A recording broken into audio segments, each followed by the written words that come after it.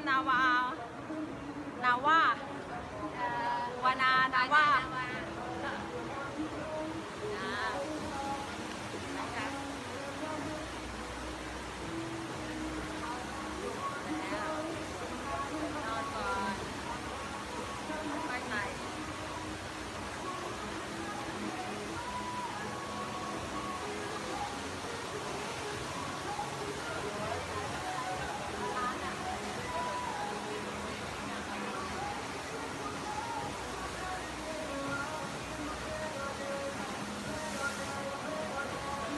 ต้องใช้หลักการบาลานซ์ร่างกายมาก